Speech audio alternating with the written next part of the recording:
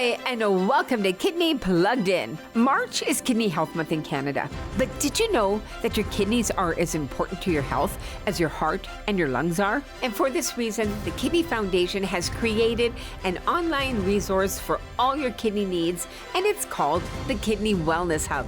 It's a dynamic online repository of customized kidney health resources to support kidney patients, their care partners, and living donors. And on this episode, we are very pleased to welcome back Monique, a peritoneal dialysis nurse who's been living with diabetes since her early teens. And today, Monique joins us to talk about some of the techniques she's used to manage living with a chronic illness and some of the resources she's found to be very helpful to her on the Kidney Wellness Hub. So stay with us because you'll hear more from Monique next, right here on Kidney Plugged In. So research tells us that a healthy lifestyle is really beneficial for those living with kidney disease. And in fact, for those newly diagnosed, it may even delay the progression of kidney disease and the need for dialysis or a kidney transplant. So in fact, leading a healthy lifestyle has health benefits for any chronic disease, including diabetes. Monique, are there tips and tools you share with your patients in this area? I try to individualize it. I know, knowledge is not the issue for most people. The knowledge is out there, or there's people giving it to them where they can find it. It's the ability to do it. So, knowing and doing are two very different things. So I can provide all the knowledge I want, but if we can't find a way to help them get there, then all the knowledge in the world isn't going to help if we can't get them past that hurdle. Like, I've had people come in and say, oh, I was told I need to lose X amount of weight before I can have the surgery or transplant or whatever. And I'm thinking of some of the examples I've worked with people. Someone who is overweight probably isn't there because they haven't tried. It's just they haven't found what works for them. So I kind of reframe it in a way that, you don't have to meet your end. You don't focus on that end goal. That will come, but what can you do now? What little thing can we work on now? So, can it be, if you're doing twin bags, manual exchanges, doing your dialysis, can you, while you're sitting there, can you do some lifting of the bag a couple times? If you can do it twice, it's more than you did yesterday, right? So I always try to get people to focus on the small little changes that they can make, instead of, here's this big goal, bite off the whole thing right off the bat. Like, no, that's too much. So when it comes to lifestyle changes, it's less is more. Do something today that you didn't do yesterday, and build off of that. When that becomes easy, add a little more. Is that walking to the bathroom twice, if that's all you can do, instead of once? Is it walking down your hallway? Is it walking around the block? Is it taking the stairs? Is it parking further away when you go shopping? What is it for that individual? In terms of lifestyle changes, we do talk about diet, we do talk about exercise, we do talk about managing stress, because that can affect so much, blood sugar is included. I try to pare it down to, okay, what's realistic in your real life, not what it should be on paper, right? I call it the snowball effect. You do one small change enough times and you build off of that, it's going to snowball into a bigger good change. But if you do something not so good and you keep doing it, it's going to snowball into something bigger in a negative way. So, just you gotta start somewhere. A kidney health tip. Engaging in artistic activities can help those living with chronic illness to channel their thoughts and feelings in a constructive way, reducing anxiety and promoting mindfulness. So Monique, as you know, the Kidney Foundation has created a unique online platform called the Kidney Wellness Hub, and it's there to support the physical, the mental, and the social well-being of patients living with chronic illnesses, their care partners, and living donors. And I know it's something that you said you've checked out or taken a look at. And I'm wondering, what are your initial thoughts on it? I haven't dug super deep in terms, because not all of it applies to my personal, but I have looked at certain things for patients, and I subscribe to the newsletter, which I love. I love seeing what's going on, and some of the times I'm like, oh, that's actually really interesting. Or I think you guys have done art classes or things where, different things to get people involved, not feeling so lonely. It's really therapy. but we have an extra superpower and an extra tool, which is art making. So we're not just talking to you when we're going through a therapeutic session. We're actually asking you to, create art, to, destroy art, to build art, to create together. And we feel like that offers another perspective to whatever issues we're trying to deal with or talk through. When you're in a regular therapy session, it's kind of just like one-on-one. So it's the therapist and the client talking back and forth. Obviously in a group setting, it's more than that. But with the art, you have like a bit of like a triangle. So you're in dialogue with the person, but you're also in dialogue with the art. And then you can ask questions to the art and about the art. And it creates a really interesting way to hold whatever you're working on that session, whatever emotion, if it's fun, if it's play. It just adds this other element to the art therapy group. I wish they had stuff like that back when I was diagnosed with diabetes, because you do feel very alone, and I think you guys have created a nice community there where people can reach out and get good information about exercise and diet. And I saw some of the recipes on there and the exercise snacks, which I think was fantastic. Essentially what I've been saying too is start small. It doesn't have to be a marathon. It could just be a small little chunk of exercise at different times. Yeah, I think the Wellness Hub is amazing. I refer people there all the time. I think it's needed. Monique, what are 3 top tips you might share to help people manage their chronic conditions such as diabetes or kidney disease? I think the biggest ones come back to the emotional piece of it. Don't beat yourself up. There's a lot of pieces to it, and nobody expects you to walk in being an expert. If they do, they don't know what they're talking about. It's okay to be mad, it's okay to be sad, it's okay to grieve the loss of what you thought you'd have at that moment. It's okay to feel those things. Don't hide them, don't feel ashamed of them. You're only gonna move past them if you sort of accept it and try to work through it. So reach out to the people in your life. Ask for help, ask help from your team. That's kind of the big piece for I would say mental health aspect, is that can be the piece that makes or breaks you, right? If you're mentally overwhelmed and unable to learn, let's say, or unable to accept those changes that are coming, every piece of it's just gonna be harder and harder. Don't be ashamed to be upset about your situation. You definitely are not alone. I'm sure most people are also in that same boat where I know because I see the other side of it, where people come in crying or angry or whatever, and we work through it. But it's normal, and don't shame yourself for feeling that way. And there is definitely help and people who understand. I'm still learning, and I've been working in dialysis for over 11 years, and there's always things changing, and everyone feels differently about it, and every scenario is just that little bit different. So don't beat yourself up about what you don't know, because it will come when you need it. And if you don't know, ask for help. There's definitely people. So I tell people, look at your life and what is one little thing.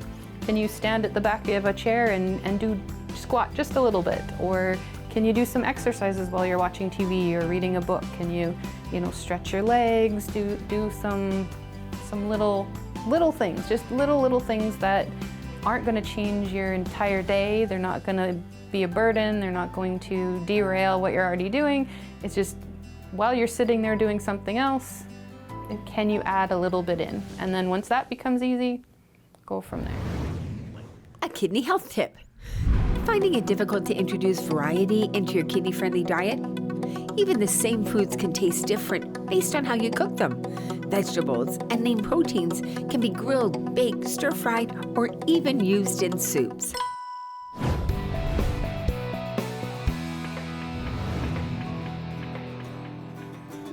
What about recipes? Do you have any go-to favorites that you make as a person living with diabetes, and they would be kidney-friendly as well? I kind of think of it very vaguely, because I know people sometimes want to be told this meal's the best and this is good, but reality is it's going to be different for every person. I'm Anya, dietitian, here with Danny, dietitian, and today we're going to be making tofu lettuce wraps. They're great. They're going to use some plant-based proteins with our tofu, and we're going to whip them up quickly in a frying pan, and then you could serve them with rice or just in the lettuce wraps itself. So tofu often gets a bad rap. A lot of people will avoid tofu because it's, it's come up as a problem online when you're reading and all sorts of things. So what we want to do is dispel some of those myths around what you may have read or heard about tofu. Tofu is an excellent protein source. It's really, really a great way to boost your energy level. The majority of people living with kidney disease struggle getting enough protein. Tofu is light, and it's airy and it's easy to digest. So it's a great source of protein for you without having that heaviness to it. Very versatile product, so you can use it in lots of different ways, savory and sweet.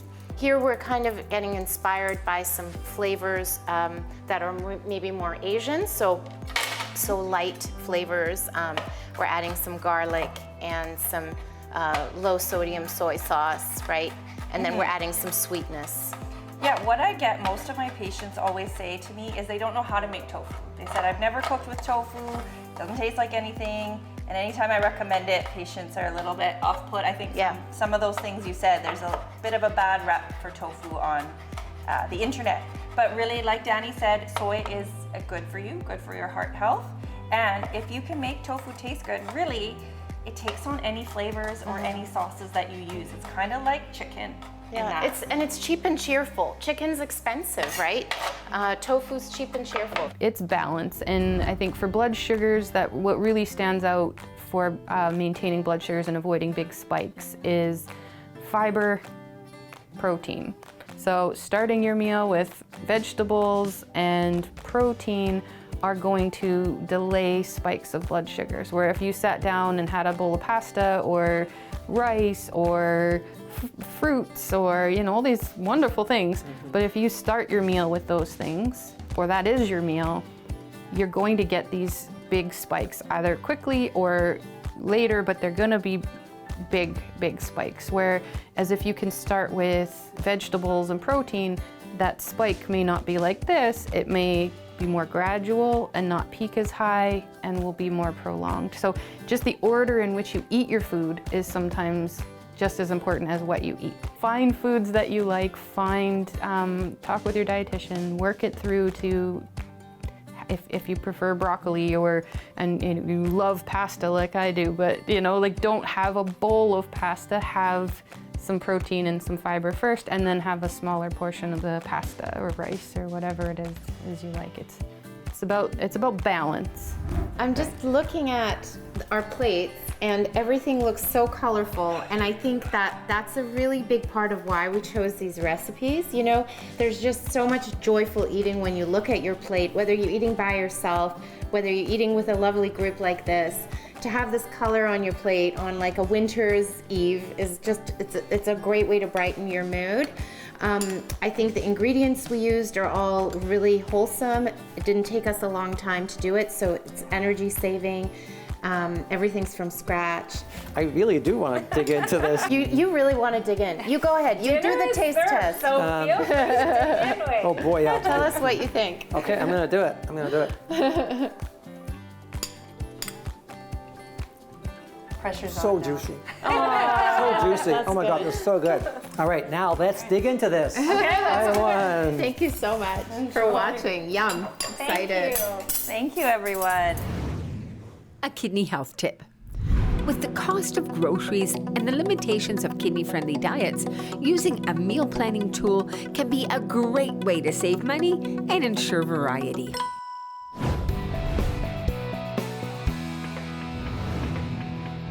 So we've talked about some nutritional tips, some tips for staying active, but Monique, how has living with diabetes affected your mental and emotional well-being? How do you deal with some of these challenges? And do you have a few tips that have helped you along your journey? Yeah, there's definitely been good days or weeks or years and bad days and weeks and years over the time. Nursing school was particularly hard because you hear about all the complications and all the problems, so it's really hard to sit there with that illness and hear about everything that can go wrong. So that was a real low point for a while there. But yeah, I would say I've fell victim to or made bad choices in how I've handled my stress.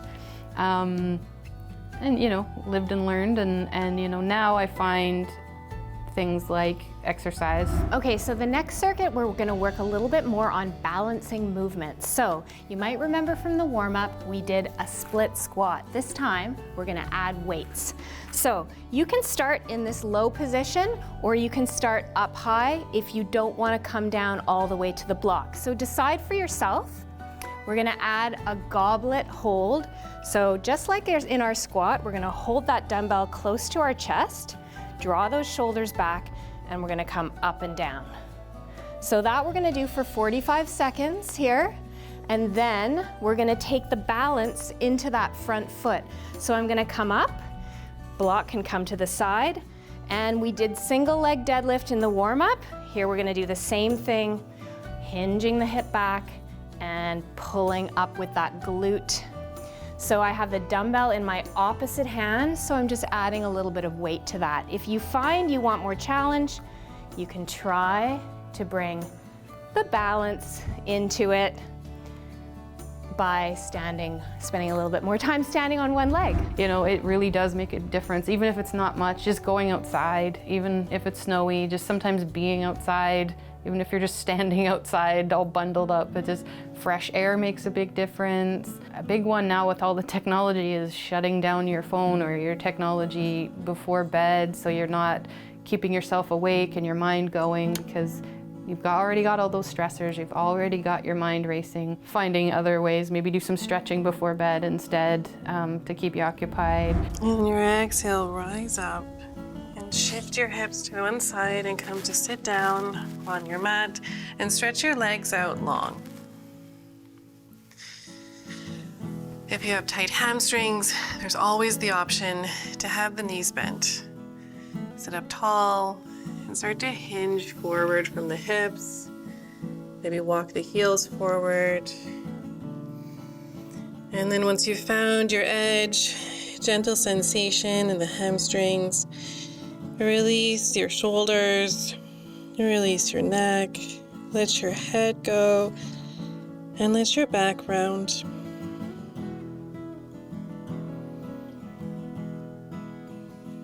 Forward folds are an opportunity to turn inwards.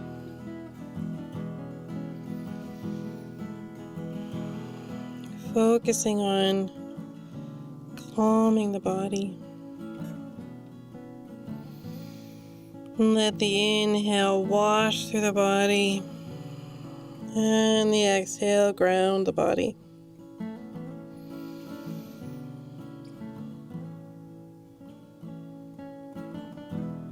Take an inhale here, and on your exhale, walk your hands back up your legs.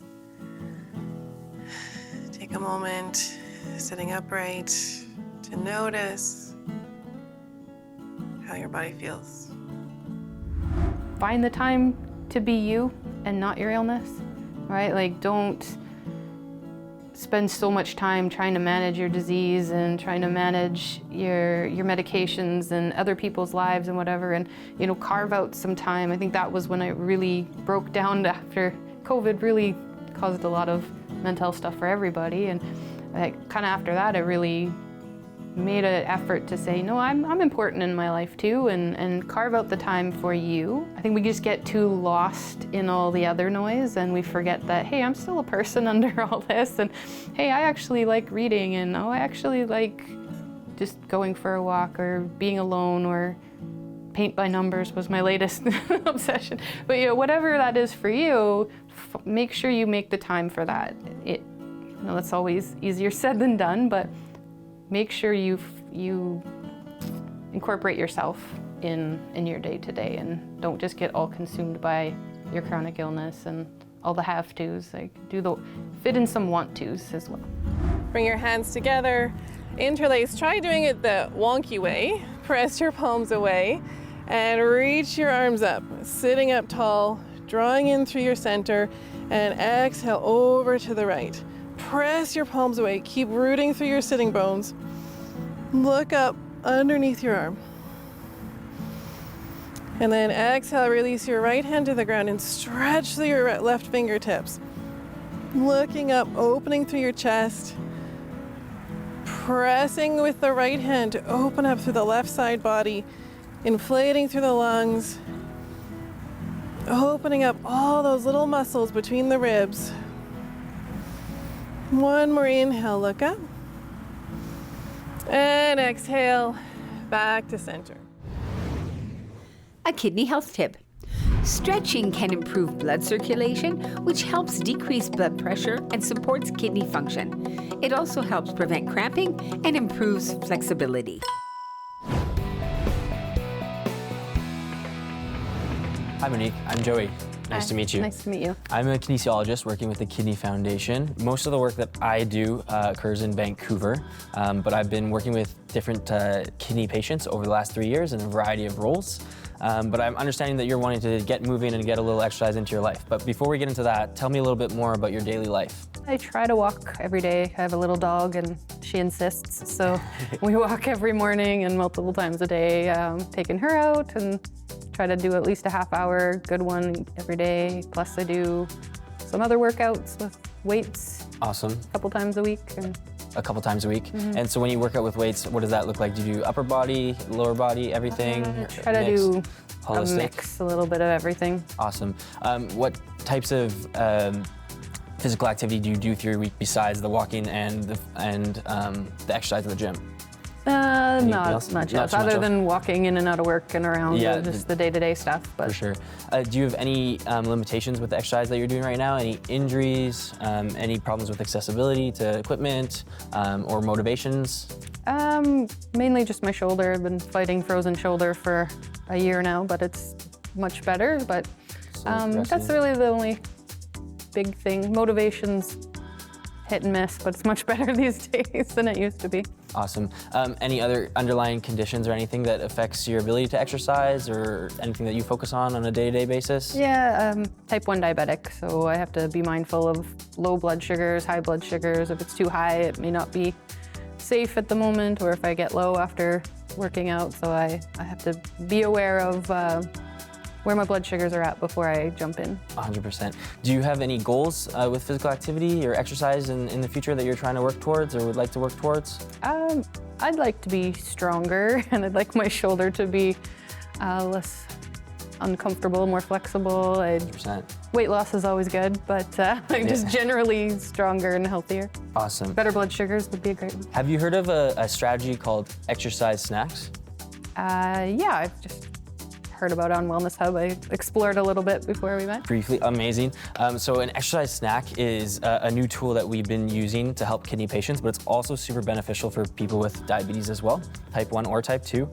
But an exercise snack is basically just a 2-minute or 5-minute movement break, and it's gonna be short but repeated throughout your day.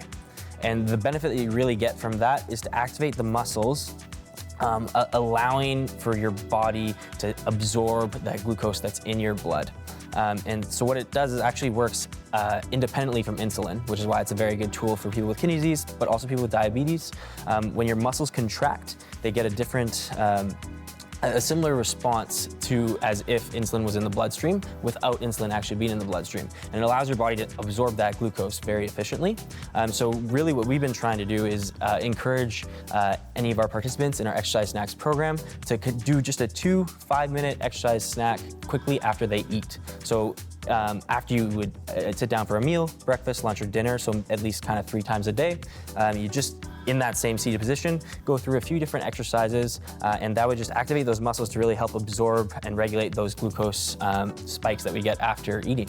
Would you be interested in trying one right now? Definitely, yeah. Amazing, awesome. So if you follow along with me, the first 2 exercises we're gonna do are just gonna be really centered on that lower leg. The first one is super simple. We're just gonna drive our toes up to the sky, activating that front tibialis anterior muscle on our shin. So from here, just seated, we're gonna go for 10. So we'll go 1, 2, 3, 4, 5, 6, 7, 8, 9, 10. Amazing. The next one we're gonna do is gonna be a heel raise. So same, just in our seated position, we're gonna lift our heels off the ground. So again, we'll do this one for 10. Well, 1, 2, 3, 4, 5, 6, 7, 8, 9, 10. Amazing. The next one we're gonna do is a leg extension. So really get our quadriceps muscle firing, one of the bigger muscle groups in our body, really allow us to absorb all that glucose in our bloodstream. So from here, I'll get you just to hold the either edge of your seat, just for extra balance. And we're just gonna extend our leg one at a time. And we'll do it for 10 on each side. 1, 2, 3, 4, 5, 6, 7, 8, 9, 10. Amazing, and we won't forget about the other side, so let's do the right leg now. 1, 2, 3, 4, 5, 6, 7, 8, 9, 10. Awesome. And the last exercise is just going to be a hip flexion exercise. So same thing in our seated position, hold on to the either edge of your chair, and we're just going to drive our knee up to the sky as far as we can. And we're going to do that 10 times on either side. So we'll go for it now. 1, 2, 3, 4, 5, 6, 7, 8, 9, 10. And we'll do the other side. 1, 2, 3, 4, 5, 6, 7, 8, 9, 10. So those were the 4 warm-up exercises for our exercise snack. How did those feel? Good. Awesome. Felt some tightness in there. Some tightness. It felt really good though. Shake it out a bit. If you would like to run through those again, feel free, we definitely can. Otherwise, we'll finish off that exercise snack just with a 2-minute walk. If you have time now, you can join me for it. Yeah, sounds Perfect. good. Let's go.